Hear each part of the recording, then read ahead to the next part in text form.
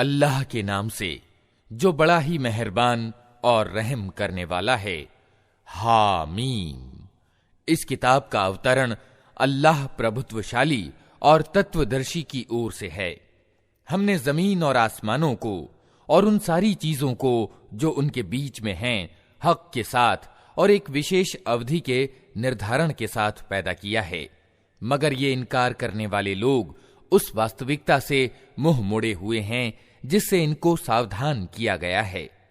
ए नबी, इनसे कहो, कभी तुमने आंखें खोलकर देखा भी कि वे हस्तियां हैं क्या जिन्हें तुम अल्लाह को छोड़कर पुकारते हो? तनिक मुझे दिखाओ तो सही कि जमीन में उन्होंने क्या पैदा किया है, या आसमानों की सृष्टि और व्यवस्था में उनका कोई हिस्सा है? इससे पहले आई हुई कोई किताब या ज्ञान का कोई अवशेष इन धारणाओं के प्रमाण में तुम्हारे पास हो तो वही ले आओ अगर तुम सच्चे हो। आखिर उस व्यक्ति से ज्यादा बहका हुआ इंसान और कौन होगा जो अल्लाह को छोड़कर उनको पुकारे, जो क़यामत तक उसे उत्तर नहीं दे सकते, बल्कि इससे भी बेखबर हैं कि पुकारने वाले उनको पुकार रहे हैं। और जब सभी इंसान इकट्ठा किए जाएंगे उस समय वे अपने पुकारने वालों के दुश्मन और उनकी उपासनाओं के इनकार करने वाले होंगे। इन लोगों को जब हमारी साफ साफ आयतें सुनाई जाती हैं और सत्य इनके सामने आ जाता है तो ये इनकार करने वाले लोग उसके बारे में कहते हैं कि ये तो खुला जादू है। क्या उनका कहना यह है कि रसूल ने इसे खुद घड़ लिया है? इनसे कहो, अगर मैंने इसे खुद घड़ लिया है तो तुम मुझे अल्लाह की पकड़ से कुछ भी न बचा सकोगे। जो बातें तुम बनाते हो अल्लाह उनको खूब जानता है। मेरे और तुम्हारे बीच वही गवाही देने के लिए काफी है, और वो बड़ा माफ करने वाला और रहम करने वाला है। इनसे कहो, मैं कोई निराला रसूल तो नहीं हूं। मैं नहीं जानता कि कल तुम्हारे साथ क्या होना है और मेरे साथ क्या। मैं तो सिर्फ उस प्रकाशना यानी वही का अनुगमन करता हूं जो मेरे पास भेजी जाती है, और मैं एक साफ साफ सावधान कर देने वाले के सिवा और कुछ नहीं हूं। ए नबी, इनसे कहो, कभी तुमने सोचा भी कि अगर ये वाणी अल्लाह ही की ओर से हुई और तुमने इसका इनकार कर दिया तो तुम्हारा क्या परिणाम होगा? और इस जैसी एक वाणी पर तो इस्राएल की संतान का एक गवाह गवाही भी दे चुका है। वो ईमान ले आया और तुम अपने घमंड में पड़े रहे। ऐसे जालिमों को अल्लाह मार्ग नहीं दिखाया करता। जिन लोगों ने मानने से इनकार कर दिया है वे ईमान लाने वालों के संबंध में कहते हैं कि अगर इस किताब को मान लेना कोई अच्छा काम होता तो ये लोग इस मामले में हमसे आगे नहीं रह सकते थे। चूंकि इन्होंने उससे मार्ग ना पाया, इसलिए अब ये जरूर कहेंगे कि ये तो पुराना झूठ है। हालांकि इससे पहले मूसा की किताब मार्गदर्शक और दयालुता बनकर आ चुकी है, और ये किताब उसकी पुष्टि करने वाली अरबी भाषा में आई है ताकि जालिमों को सावधान कर दे और उत्तम नीति अपनाने वालों को खुशखबरी दे दे। यकीनन जिन लोगों ने कह दिया कि अल्लाह ही हमारा रब है, फिर उस पर जम गए, उनके लिए न कोई डर है और न वे शोकाकुल होंगे। ऐसे लोग जन्नत यानी स्वर्ग में जाने वाले हैं, जहां वे हमेशा रहेंगे अपने उन कर्मों के बदले जो वे दुनिया में करते रहे हैं। हमने इंसान को ताकीद की कि वो अपने माँ बाप के साथ अच्छा व्यवहार करे। उसकी माँ ने कष्ट उठाकर उसे पेट में रखा और कष्ट उठाकर ही उसे जन्म दिया, और उसके गर्भ और दूध छुड़ाने में 30 माह लग गए। यहां तक कि जब वो अपनी पूरी शक्ति को पहुंचा और 40 वर्ष का हो गया तो उसने कहा, ऐ मेरे रब, मुझे इसका सौभाग्य दे कि मैं तेरी उन नेमतों के प्रति कृतज्ञता दिखाऊं जो तूने मुझे और मेरे माँ बाप को प्रदान की, और ऐसा अच्छा कर्म करूं जिससे तू राजी हो, और मेरी संतान को भी नेक बनाकर मुझे सुख दे। मैं तेरे सामने तौबा करता हूं और आज्ञाकारी यानी मुस्लिम बंदों में से हूं। इस तरह के लोगों से हम उनके उत्तम कर्मों को स्वीकार करते हैं और उनकी बुराइयों को टाल जाते हैं। ये जन्नती लोगों में शामिल होंगे उस सच्चे वादे के मुताबिक जो उनसे किया जाता रहा है। और जिस व्यक्ति ने अपने माँ बाप से कहा, उफ, तंग कर दिया तुमने, क्या तुम मुझे इससे डराते हो कि मैं मरने के बाद कब्र से निकाला जाऊंगा? हालांकि मुझसे पहले बहुत सी नस्लें गुजर चुकी हैं, उनमें से तो कोई उठकर ना आया। माँ और बाप अल्लाह की दुहाई देकर कहते हैं, अरे बदनसीब, मान जा, अल्लाह का वादा सच्चा है। मगर वो कहता है, ये सब अगले समयों की पुरातन कहानियां हैं। ये लोग हैं जिन पर अजाब का फैसला चस्पा हो चुका है। इनसे पहले जिन्नों और इंसानों के जो टोले इसी आचार के हो गुजरे हैं, उन्हीं में ये भी जा सम्मिलित होंगे। बेशक ये घाटे में रह जाने वाले लोग हैं। दोनों गिरोहों में से हर एक के दर्जे उनके कर्मों के अनुसार हैं, ताकि अल्लाह उनके किए का पूरा पूरा बदला उनको दे। उन पर जुल्म हरगिज न किया जाएगा। फिर जब ये इनकार करने वाले आग के सामने ला खड़े किए जाएंगे, तो इनसे कहा जाएगा, तुम अपने हिस्से की नेमतें अपनी दुनिया की जिंदगी में समाप्त कर चुके और उनका मजा तुम ले चुके। अब जो घमंड तुम जमीन में किसी हक के बिना करते रहे और जो अवज्ञाएं तुमने की, उनके बदले में आज तुमको रुसवाई का अजाब दिया जाएगा। तनिक इन्हें आद के भाई हूद का किस्सा सुनाओ, जबकि उसने अहकाफ में अपनी कौम को सावधान किया था। और ऐसे सावधान करने वाले उससे पहले भी गुजर चुके थे और उसके बाद भी आते रहे कि अल्लाह के सिवा किसी की बंदगी न करो, मुझे तुम्हारे हक में एक बड़े भयंकर दिन के अजाब का डर है। उन्होंने कहा, क्या तू इसलिए आया है कि हमें बहकाकर हमारे इलाहों यानी उपास्यों से फेर दे? अच्छा, तो ले आना अपना वो अजाब जिससे तू हमें डराता है, अगर वास्तव में तू सच्चा है। उसने कहा, इसका ज्ञान तो अल्लाह को है, मैं सिर्फ वो संदेश तुम्हें पहुंचा रहा हूं जिसे देकर मुझे भेजा गया है, मगर मैं देख रहा हूं कि तुम लोग अज्ञानता बरत रहे हो। फिर जब उन्होंने उस अजाब को अपनी घाटियों की ओर आते देखा, तो कहने लगे, ये बादल है जो हमें सिंचित कर देगा। नहीं, बल्कि ये वही चीज है जिसके लिए तुम जल्दी मचा रहे थे। ये हवा का तूफान है जिसमें दर्दनाक अजाब चला आ रहा है। अपने रब के आदेश से हर चीज को तबाह कर डालेगा। आखिरकार उनकी दशा ये हुई कि उनके रहने की जगहों के सिवा वहां कुछ दिखाई न देता था। इस तरह हम अपराधियों को बदला दिया करते हैं। उनको हमने वो कुछ दिया था जो तुम लोगों को नहीं दिया है।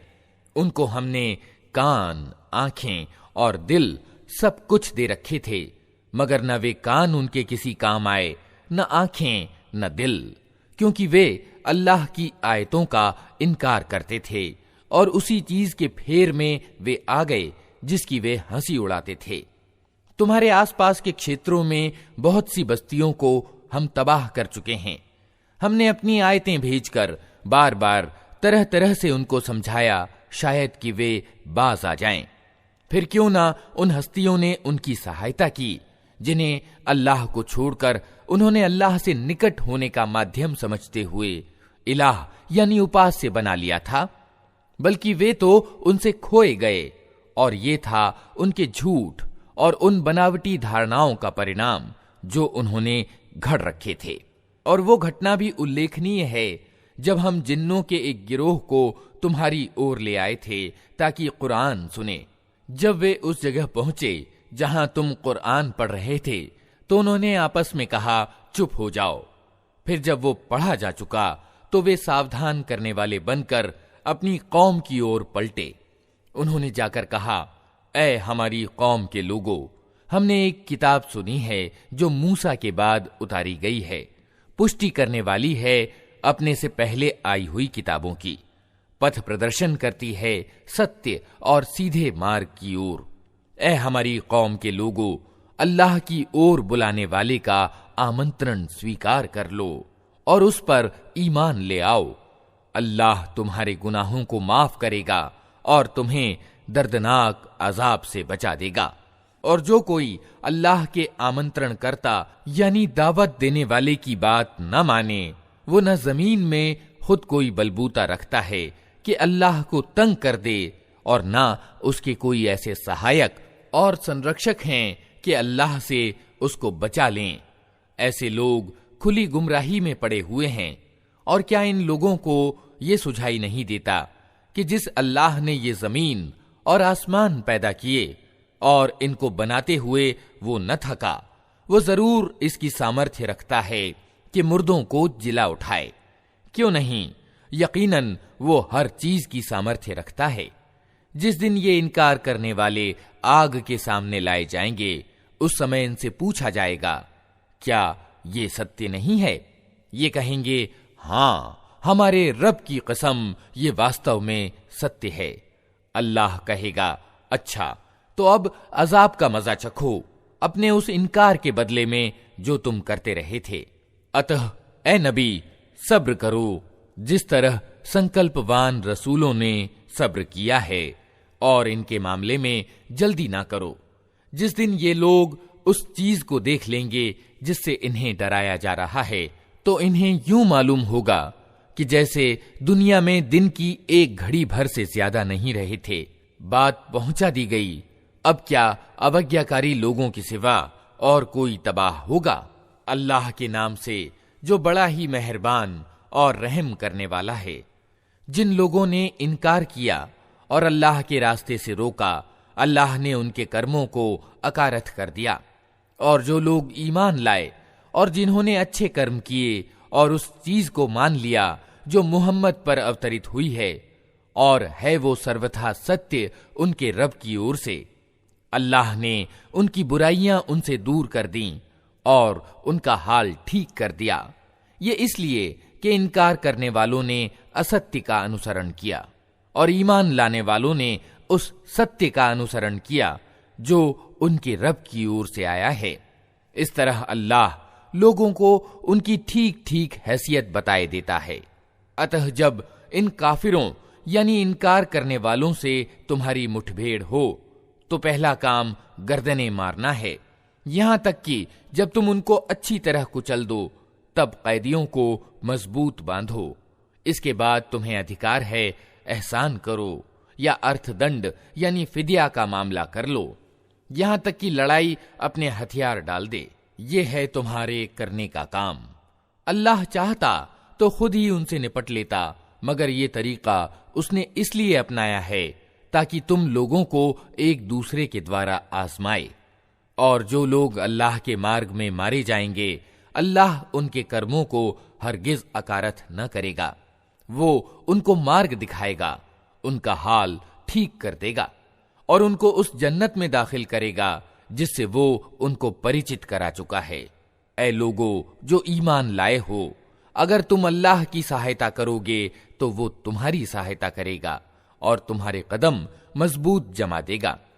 रहे वे लोग जिन्होंने इनकार किया है, तो उनके लिए तबाही है और अल्लाह ने उनके कर्मों को भटका दिया है, क्योंकि उन्होंने उस चीज को नापसंद किया जिसे अल्लाह ने उतारा है।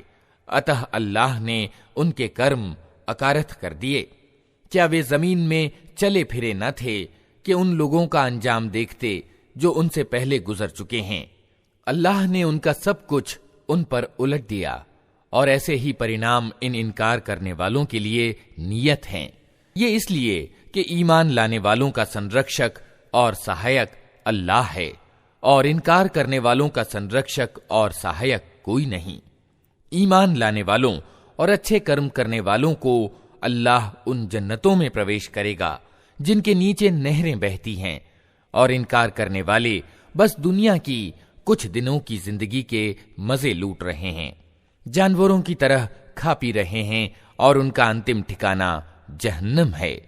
ऐ नबी, कितनी ही बस्तियां ऐसी गुजर चुकी हैं जो तुम्हारी उस बस्ती से बहुत ज्यादा बलशाली थीं जिसने तुम्हें निकाल दिया है।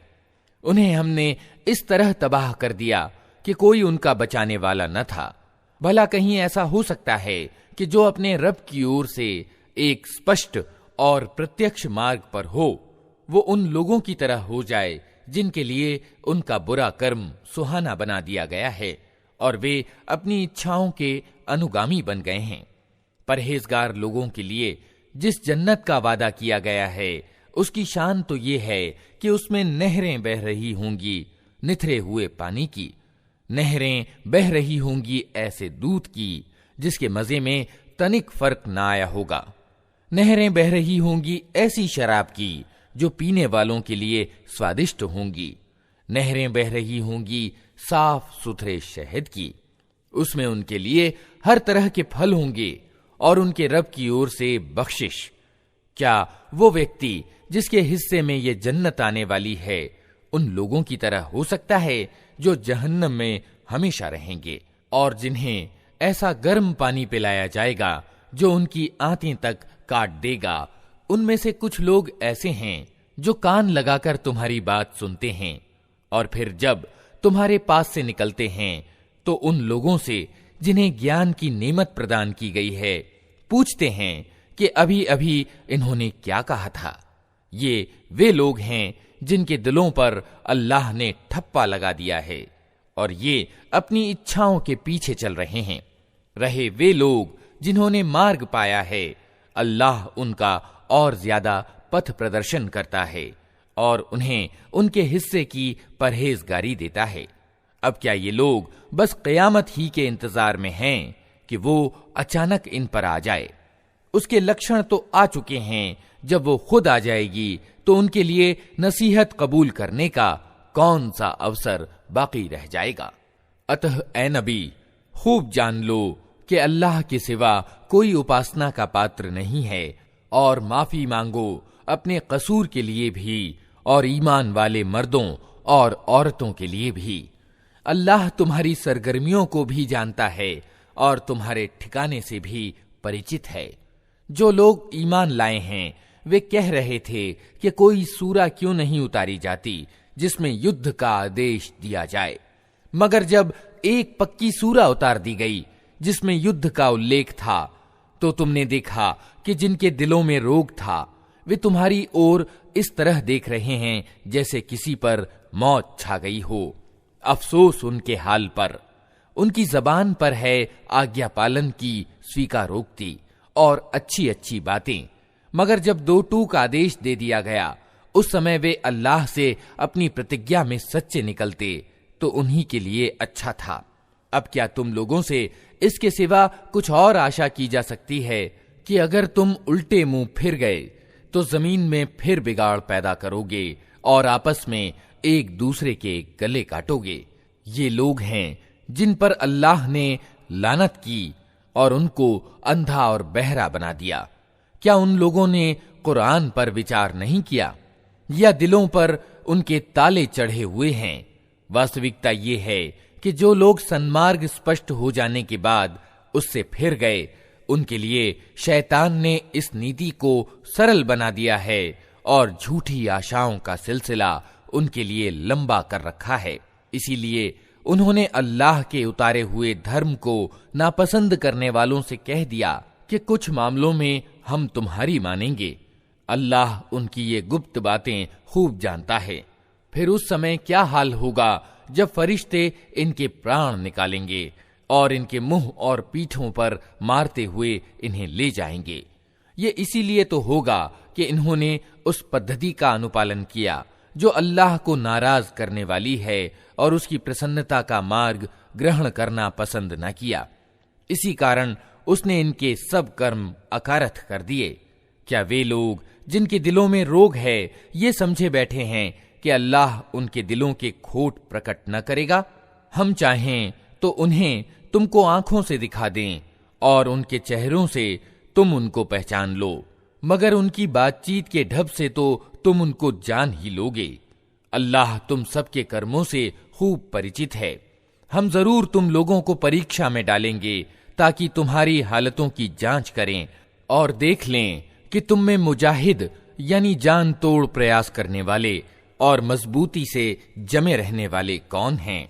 जिन लोगों ने इनकार किया और अल्लाह के मार्ग से रोका और रसूल से झगड़ा किया जबकि उन पर सन्मार्ग स्पष्ट हो चुका था, वास्तव में वे अल्लाह का कोई नुकसान भी नहीं कर सकते, बल्कि अल्लाह ही उनका सब किया कराया बर्बाद कर देगा।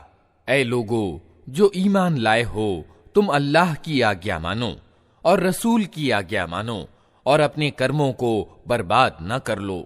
इनकार करने वालों और अल्लाह के मार्ग से रोकने वालों और मरते समय तक इनकार यानी कुफ्र पर जमे रहने वालों को तो अल्लाह हरगिज माफ न करेगा। अतः तुम बोदे न बनो और सुलह के लिए निवेदन न करो, तुम ही प्रभावी रहने वाले हो। अल्लाह तुम्हारे साथ है और तुम्हारे कर्मों को वो हरगिज नष्ट न करेगा। ये दुनिया की जिंदगी तो एक खेल और तमाशा है। अगर तुम ईमान रखो और तकवा यानी धर्म परायणता की नीति पर चलते रहो तो अल्लाह तुम्हारे कर्मों का बदला तुमको देगा और वो तुम्हारे माल तुमसे न मांगेगा। अगर कहीं वो तुम्हारे माल तुमसे मांग ले और सब के सब तुमसे तलब कर ले तो तुम कंजूसी करोगे और वो तुम्हारे खोट उभार लाएगा। देखो, तुम लोगों को आमंत्रण दिया जा रहा है कि अल्लाह के मार्ग में माल खर्च करो। इस पर तुम में से कुछ लोग हैं जो कंजूसी कर रहे हैं। हालांकि जो कंजूसी करता है वो वास्तव में अपने आप ही से कंजूसी कर रहा है। अल्लाह तो धनी है, तुम ही उसके मोहताज हो। अगर तुम मुंह मोड़ोगे तो अल्लाह तुम्हारी जगह किसी दूसरी कौम को ले आएगा और वे तुम जैसे न होंगे। अल्लाह के नाम से जो बड़ा ही मेहरबान और रहम करने वाला है। ऐ नबी, हमने तुमको खुली विजय प्रदान कर दी ताकि अल्लाह तुम्हारी अगली पिछली हर कोताही को माफ करे और तुम पर अपनी नेमत पूरी कर दे और तुम्हें सीधा मार्ग दिखाए और तुमको बड़ी सहायता प्रदान करे। वही है जिसने ईमान वालों के दिलों में सकीनत यानी शांति उतारी ताकि अपने ईमान के साथ वे एक और ईमान बढ़ा लें। जमीन और आसमानों की सब सेनाएं अल्लाह के अधिकार में हैं और वो सर्वज्ञ और तत्वदर्शी है। उसने ये काम इसलिए किया है ताकि ईमान वाले मर्दों और ईमान वाली औरतों को हमेशा रहने के लिए ऐसी जन्नतों में प्रवेश कराए जिनके नीचे नहरें बह रही होंगी और उनकी बुराइयां उनसे दूर कर दे। अल्लाह की दृष्टि में ये बड़ी सफलता है और उन मुनाफिक यानी मिथ्याचारी मर्दों और औरतों और बहुदेववादी मर्दों और औरतों को सजा दे जो अल्लाह के संबंध में बुरे गुमान रखते हैं। बुराई के फेर में वे खुद ही आ गए। अल्लाह का प्रकोप उन पर हुआ और उसने उन पर लानत की और उनके लिए जहन्नम तैयार कर दिया जो बहुत ही बुरा ठिकाना है। आसमानों और जमीन की सेनाएं अल्लाह ही के अधिकार में हैं और वो प्रभुत्वशाली और तत्वदर्शी है। ऐ नबी, हमने तुमको गवाही देने वाला, खुशखबरी देने वाला और सावधान कर देने वाला बनाकर भेजा है ताकि ऐ लोगों, तुम अल्लाह और उसके रसूल पर ईमान लाओ और उसका अर्थात रसूल का साथ दो, उसका आदर और सम्मान करो और सुबह और शाम अल्लाह की तस्बीह यानी गुणगान करते रहो। ऐ नबी, जो लोग तुमसे बैत कर रहे थे वे वास्तव में अल्लाह से बैत कर रहे थे। उनके हाथ पर अल्लाह का हाथ था। अब जो इस प्रतिज्ञा यानी अहद को भंग करेगा उसके प्रतिज्ञा भंग करने का वबाल उसके अपने ही ऊपर होगा और जो उस प्रतिज्ञा को पूरा करेगा जो उसने अल्लाह से की है, अल्लाह जल्द ही उसको बड़ा बदला प्रदान करेगा। ऐ नबी, अरब बद्दुओं में से जो लोग पीछे छोड़ दिए गए थे अब वे आकर जरूर तुमसे कहेंगे कि हमें अपने मालों और बाल बच्चों की चिंता ने व्यस्त कर रखा था, आप हमारे लिए माफी की दुआ करें। ये लोग अपनी जबानों से वे बातें कहते हैं जो इनके दिलों में नहीं होती। इनसे कहना, अच्छा यही बात है तो कौन तुम्हारे मामले में अल्लाह के फैसले को रोक देने का कुछ भी अधिकार रखता है, अगर वो तुम्हें कोई हानि पहुंचाना चाहे या लाभ पहुंचाना चाहे। तुम्हारे कर्मों की तो अल्लाह ही खबर रखता है, मगर सत्य बात वो नहीं है जो तुम कह रहे हो, बल्कि तुमने यूं समझा कि रसूल और ईमान वाले अपने घर वालों में हरगिज पलटकर ना आ सकेंगे और ये ख्याल तुम्हारे दिलों को बहुत भला लगा और तुमने बहुत बुरे गुमान किए और तुम बड़े ही बदकिस्मत लोग हो। अल्लाह और उसके रसूल पर जो लोग ईमान न रखते हों ऐसे इनकार करने वालों के लिए हमने भड़कती हुई आग तैयार कर रखी है। आसमानों और जमीन के राज का मालिक अल्लाह ही है, जिसे चाहे माफ करे और जिसे चाहे सजा दे, और वो बड़ा ही मेहरबान और रहम करने वाला है। जब तुम गनीमत का माल हासिल करने के लिए जाने लगोगे तो ये पीछे छोड़े जाने वाले लोग तुमसे जरूर कहेंगे कि हमें भी अपने साथ चलने दो। ये चाहते हैं कि अल्लाह के फरमान को बदल दें। इनसे साफ साफ कह देना कि तुम कदापि हमारे साथ नहीं चल सकते। अल्लाह पहले ही ये कह चुका है। ये कहेंगे कि नहीं, बल्कि तुम लोग हमसे ईर्ष्या कर रहे हो। हालांकि बात ईर्ष्या की नहीं है, बल्कि ये लोग सही बात को कम ही समझते हैं। इन पीछे छोड़े जाने वाले अरब बद्दुओं से कहना कि जल्द ही तुम्हें ऐसे लोगों से लड़ने के लिए बुलाया जाएगा जो बड़े बलशाली हैं। तुमको उनसे युद्ध करना होगा या वे आज्ञाकारी हो जाएंगे। उस समय अगर तुमने जिहाद के आदेश का पालन किया तो अल्लाह तुम्हें अच्छा बदला देगा, और अगर तुम फिर उसी तरह मुंह मोड़ गए जिस तरह पहले मोड़ चुके हो तो अल्लाह तुमको दर्दनाक अजाब देगा। हाँ, अगर अंधा और लंगड़ा और बीमार जिहाद के लिए न आए तो कोई हरज नहीं। जो कोई अल्लाह और उसके रसूल की आज्ञा का पालन करेगा, अल्लाह उसे उन जन्नतों में प्रवेश कराएगा जिनके नीचे नहरें बह रही होंगी, और जो मुंह फेरेगा उसे वो दर्दनाक अजाब देगा। अल्लाह ईमान लाने वालों से खुश हो गया जब वे पेड़ के नीचे तुमसे बैत कर रहे थे। उनके दिलों का हाल उसको मालूम था, इसलिए उसने उन पर सकीनत यानी शांति उतारी। उनको इनाम में करीब की विजय प्रदान की और गनीमत का बहुत सा माल उन्हें प्रदान कर दिया, जिसे वे जल्द ही प्राप्त करेंगे। अल्लाह प्रभुत्वशाली और तत्वदर्शी है। अल्लाह तुमसे बहुत सी गनीमतों का वादा करता है जिन्हें तुम प्राप्त करोगे। तात्कालिक रूप में तो ये विजय उसने तुम्हें प्रदान कर दी और लोगों के हाथ तुम्हारे विरुद्ध उठने से रोक दिए, ताकि ये ईमान वालों के लिए एक निशानी बन जाए और अल्लाह तुम्हें सीधा मार्ग दिखाए।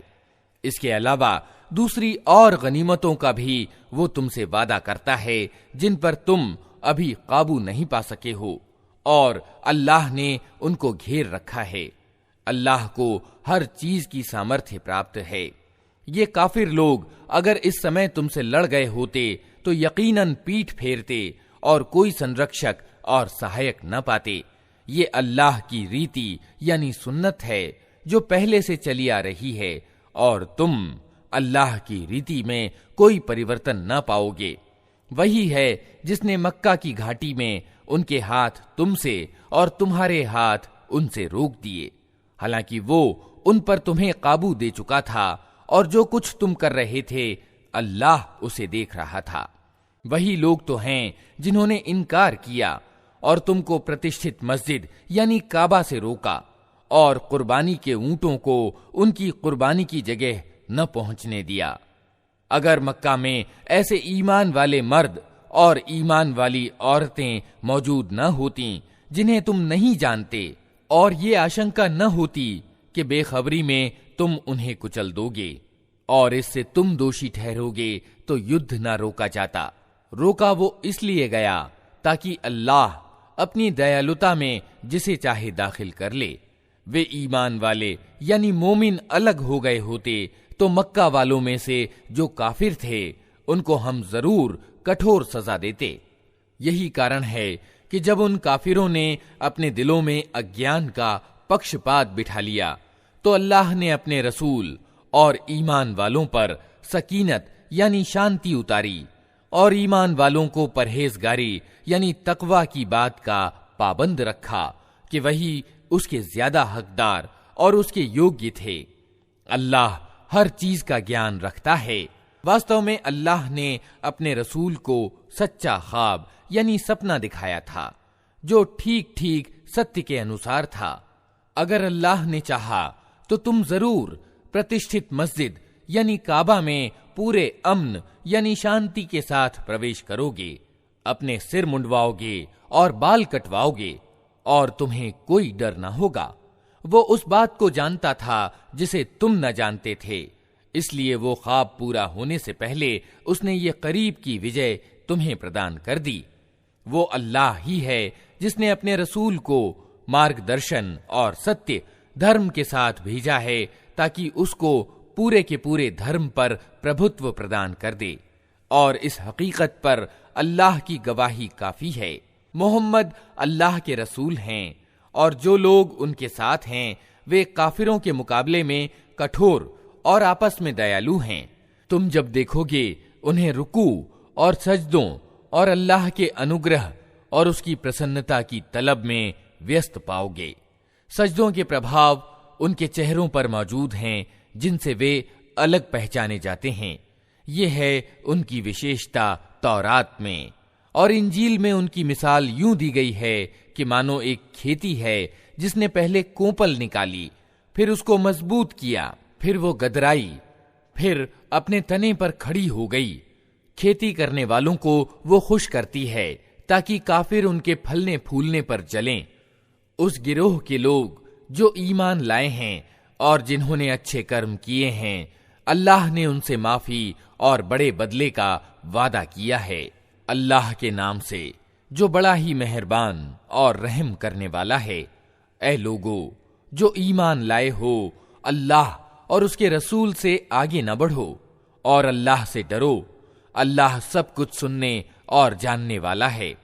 ऐ लोगो जो ईमान लाए हो, अपनी आवाज नबी की आवाज से ऊंची न करो और न नबी के साथ ऊंची आवाज से बात करो, जिस तरह तुम आपस में एक दूसरे से करते हो। कहीं ऐसा न हो कि तुम्हारा किया कराया सब नष्ट हो जाए और तुम्हें खबर भी न हो। जो लोग अल्लाह के रसूल के सामने बात करते हुए अपनी आवाज दबी रखते हैं, वे वास्तव में वही लोग हैं जिनके दिलों को अल्लाह ने परहेजगारी के लिए जांच लिया है। उनके लिए माफी है और बड़ा बदला। ऐ नबी, जो लोग तुम्हें कमरों के बाहर से पुकारते हैं, उनमें से ज्यादातर बुद्धिहीन हैं। यदि वे तुम्हारे बाहर निकलने तक सब्र करते तो उन्हीं के लिए अच्छा था। अल्लाह माफ करने वाला और दयावान है।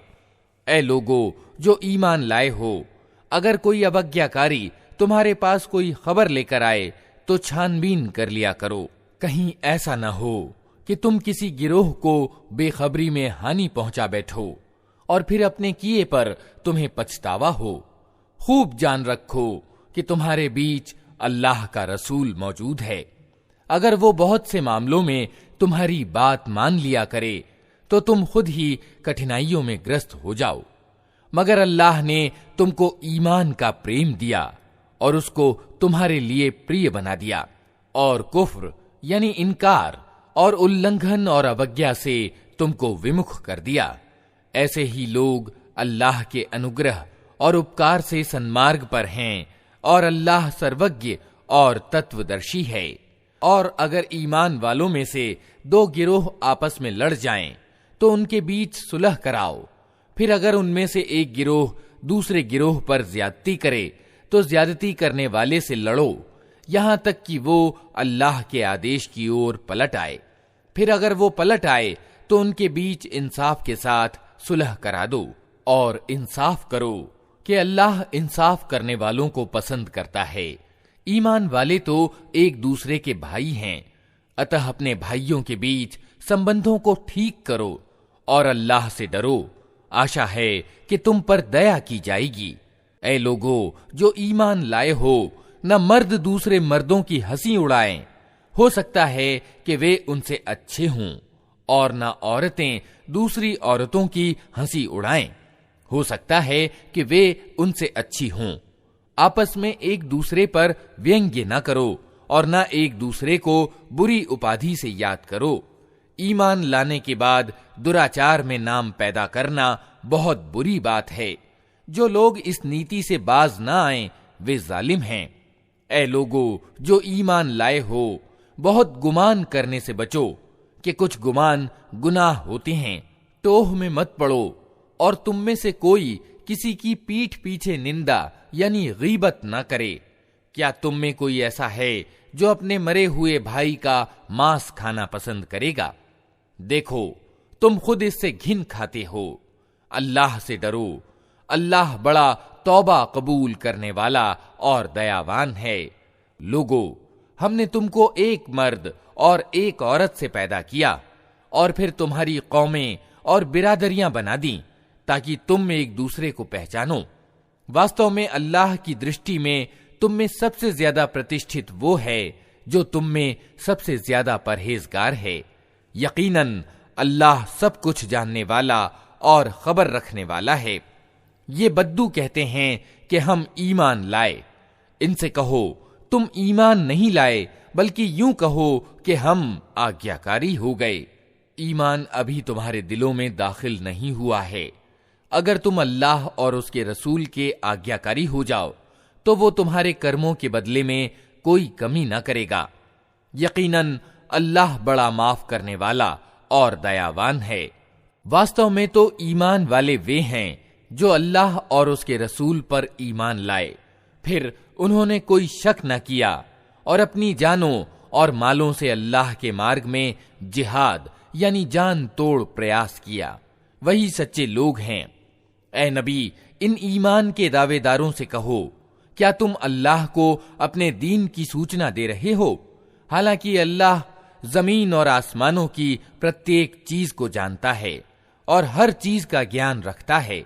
ये लोग तुम पर एहसान जताते हैं कि इन्होंने इस्लाम कबूल कर लिया। इनसे कहो, अपने इस्लाम का एहसान मुझ पर ना रखो, बल्कि अल्लाह तुम पर अपना एहसान रखता है कि उसने तुम्हें ईमान की राह दिखा दी, अगर तुम वास्तव में अपने ईमान के दावे में सच्चे हो। अल्लाह जमीन और आसमानों की हर छिपी चीज का ज्ञान रखता है और जो कुछ तुम करते हो वो सब उसकी दृष्टि में है। अल्लाह के नाम से जो बड़ा ही मेहरबान और रहम करने वाला है। काफ, कसम है कुरान मजीद की। बल्कि इन लोगों को आश्चर्य इस बात पर हुआ कि एक सावधान करने वाला खुद इन्हीं में से इनके पास आ गया। फिर इनकार करने वाले कहने लगे, ये तो आश्चर्यजनक बात है। क्या जब हम मर जाएंगे और मिट्टी हो जाएंगे तो दोबारा उठाए जाएंगे? ये वापसी तो बुद्धि से परे दूर की बात है। हालांकि जमीन इनके शरीर में से जो कुछ खाती है वो सब हमको मालूम है और हमारे पास एक किताब है जिसमें सब कुछ सुरक्षित है। बल्कि इन लोगों ने तो जिस समय सत्य इनके पास आया उसी समय उसे साफ झुठला दिया। इसी कारण अब ये उलझन में पड़े हुए हैं। अच्छा, तो क्या इन्होंने कभी अपने ऊपर आसमान की ओर नहीं देखा? किस तरह हमने उसे बनाया और सुसज्जित किया और उसमें कहीं कोई दरार नहीं है। और जमीन को हमने बिछाया और उसमें पहाड़ जमाए और उसमें हर तरह की सुदृश्य वनस्पतियां उगा दी। ये सारी चीजें आंखें खोलने वाली और शिक्षा देने वाली हैं हर उस बंदे के लिए जो सत्य की ओर रुजू करने वाला हो। और आकाश से हमने बरकत वाला पानी उतारा, फिर उससे बाग और फसल के अनाज और ऊंचे ऊंचे खजूर के पेड़ पैदा कर दिए, जिन पर फलों से लदे हुए गुच्छे तह पर तह लगते हैं। ये प्रबंध है बंदों को रोजी देने का। उस पानी से हम एक मुर्दा जमीन को जीवन प्रदान करते हैं। मरे हुए इंसानों का धरती से निकलना भी इसी तरह होगा। इनसे पहले नूह की कौम और अर-रस वाले और समूद और आद और फिरौन और लूत के भाई और आईका वाले और तुब्बा की कौम के लोग भी झुठला चुके हैं। हर एक ने रसूलों को झुठलाया और आखिरकार मेरी धमकी उन पर चस्पा हो गई। क्या पहली बार पैदा करने से हम असमर्थ थे? मगर एक नई सृष्टि की ओर से ये लोग शक में पड़े हुए हैं। हमने इंसान को पैदा किया है और उसके दिल में उभरने वाले वसवसों तक को हम जानते हैं। हम उसकी गर्दन की रग से भी ज्यादा उससे करीब हैं और हमारे इस प्रत्यक्ष ज्ञान के अलावा दो लिखने वाले उसके दाएं और बाएं बैठे हर चीज अंकित कर रहे हैं। कोई शब्द उसके मुख से नहीं निकलता जिसे सुरक्षित करने के लिए एक उपस्थित रहने वाला निरीक्षक मौजूद न हो। फिर देखो, वो मौत की बेहोशी सत्य लेकर आ पहुंची। ये वही चीज है जिससे तू भागता था। और फिर सूर यानी नरसिंगा फूका गया। ये है वो दिन जिससे तुझे डराया जाता था।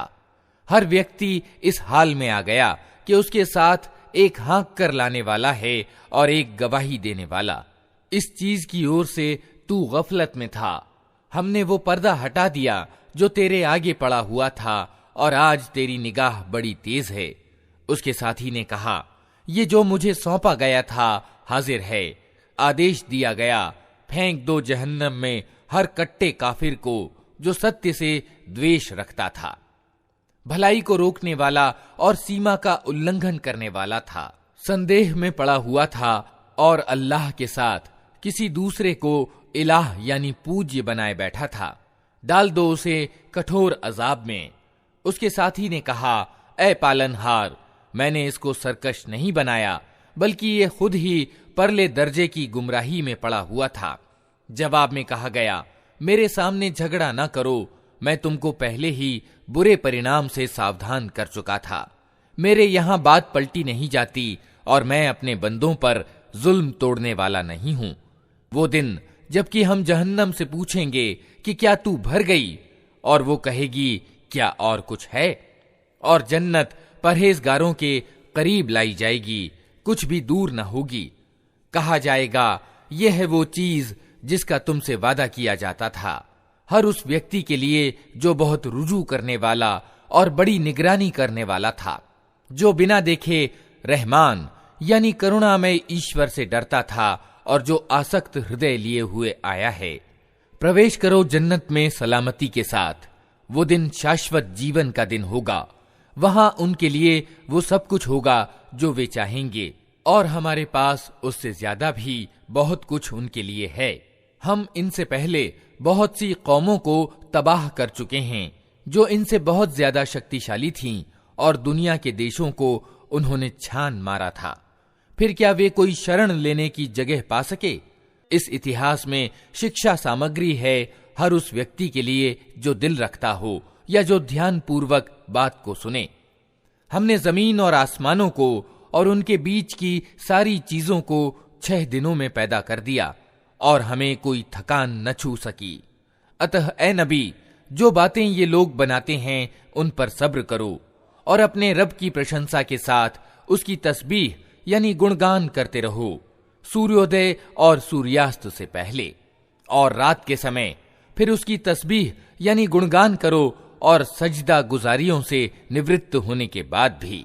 और सुनो, जिस दिन पुकारने वाला हर व्यक्ति के करीब ही से पुकारेगा, जिस दिन सब लोग कयामत के कोलाहल को ठीक ठीक सुन रहे होंगे, वो जमीन से मुर्दों के निकलने का दिन होगा। हम ही जीवन प्रदान करते हैं और हम ही मौत देते हैं, और हमारी ओर ही उस दिन सबको पलटना है, जब जमीन फटेगी और लोग उसके अंदर से निकलकर तेज तेज भागे जा रहे होंगे। ये इकट्ठा करना हमारे लिए बहुत आसान है। ऐ नबी, जो बातें ये लोग बना रहे हैं उन्हें हम खूब जानते हैं, और तुम्हारा काम उनसे बलपूर्वक बात मनवाना नहीं है। बस तुम इस कुरान के द्वारा हर उस व्यक्ति को नसीहत करो जो मेरी चेतावनी से डरे। अल्लाह के नाम से जो बड़ा ही मेहरबान और रहम करने वाला है। कसम है उन हवाओं की जो गर्द उड़ाने वाली हैं, फिर पानी से लदे हुए बादल उठाने वाली हैं, फिर नर्म चाल के साथ चलने वाली हैं, फिर एक बड़े कार्य यानी वर्षा का वितरण करने वाली हैं। तथ्य ये है कि जिस चीज से तुम्हें डराया जा रहा है वो सत्य है, और कर्मों का फल जरूर सामने आने वाला है। कसम है विभिन्न रूपों वाले आसमान की। परलोक के विषय में तुम्हारी बात एक दूसरे से भिन्न है। उससे वही विमुख होता है जो सत्य से फिरा हुआ है। मारे गए अटकल और गुमान से हुक्म लगाने वाले, जो अज्ञान में डूबे हुए और गफलत में मदहोश हैं, पूछते हैं आखिर वो बदला दिए जाने का दिन कब आएगा। वो उस दिन आएगा जब ये लोग आग पर तपाए जाएंगे। इनसे कहा जाएगा, अब चखो मजा अपने फितने का। ये वही चीज है जिसके लिए तुम जल्दी मचा रहे थे। अलबत्ता परहेजगार लोग उस दिन बागों और स्रोतों में होंगे, जो कुछ उनका रब उन्हें देगा उसे खुशी खुशी ले रहे होंगे। वे उस दिन के आने से पहले सुकर्मी थे, रातों को कम ही सोते थे, फिर वही रात के पिछले पहरों में माफी मांगा करते थे, और उनके मालों में हक था मांगने वाले और उनके लिए जो पाने से रह गए हों। जमीन में बहुत सी निशानियां हैं विश्वास करने वालों के लिए, और खुद तुम्हारे अपने अस्तित्व में हैं। क्या तुमको सूझता नहीं? आसमान ही में है तुम्हारी रोजी भी और वो चीज भी जिसका तुमसे वादा किया जा रहा है। अतः कसम है आसमान और जमीन के मालिक की, ये बात सत्य है, ऐसी ही विश्वसनीय जैसे तुम बोल रहे हो। ए नबी, इब्राहिम के आदरणीय मेहमानों का किस्सा भी तुम्हें पहुंचा है। जब वे उसके यहां आए तो कहा, आपको सलाम है। उसने कहा, आप लोगों को भी सलाम है, कुछ अपरिचित से लोग हैं। फिर वो चुपके से अपने घर वालों के पास गया और एक भुना हुआ मोटा ताजा बछड़ा लाकर मेहमानों के सामने पेश किया। उसने कहा, आप लोग खाते नहीं? फिर वो अपने दिल में उनसे डरा। उन्होंने कहा, डरिए नहीं, और उसे एक ज्ञानवान लड़के के पैदा होने की खुशखबरी दी। ये सुनकर उसकी बीवी चिल्लाती हुई आगे बढ़ी और उसने अपना मुंह पीट लिया और कहने लगी, बूढ़ी बांझ। उन्होंने कहा, यही कुछ कहा है तेरे रब ने, वो तत्वदर्शी है और सब कुछ जानता है।